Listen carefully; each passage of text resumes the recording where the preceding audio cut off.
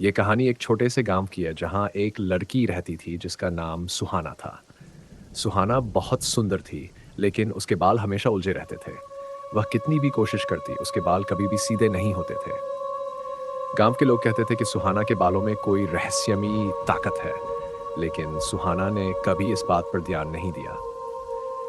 एक दिन गांव में एक साधु आया और उसने सुहाना के बालों को देखकर कहा, तुम्हारे बालों में एक भूतनी का वास है। जब तक तुम इस भूतनी को मुक्त नहीं करोगी, तुम्हारे बाल ऐसे ही उलझे रहेंगे। सुहाना ने यह सुनकर साधु से पूछा, मैं इस भूतनी को कैसे मुक्त कर सकती हूँ?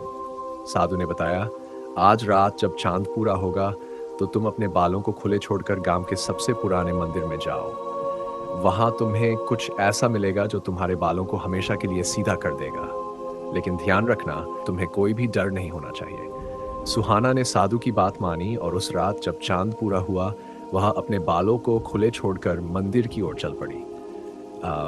रास्ता बहुत अंधेरा और डरावना था, लेकिन सुहाना बिना डरे आगे बढ़ती रही। जब वह मंदिर के पास पहुंची, तो उसे अंदर से एक अजीब सी आवाज सुनाई दी। वह मंदिर के अंदर गई और देखा कि वहां एक पुरानी दर्पण आईना रखा हुआ है। जैसे ही सुहाना ने उस दर्पण में खुद को देखा, उसके बाल अपने आप सीधे होने लगे। लेकिन अचानक उस दर्पण में से एक औरत का चेहरा उभर आया जो बहुत डरावनी थी। वह औरत कहने लगी, मैं वही भूतनी हूं जिसने तुम्हारे बालों को उलझाया था। अब तुमने मुझे मुक्त कर दिया है, इसलिए मैं तुम्हारे बालों को छोड़ दूंगी।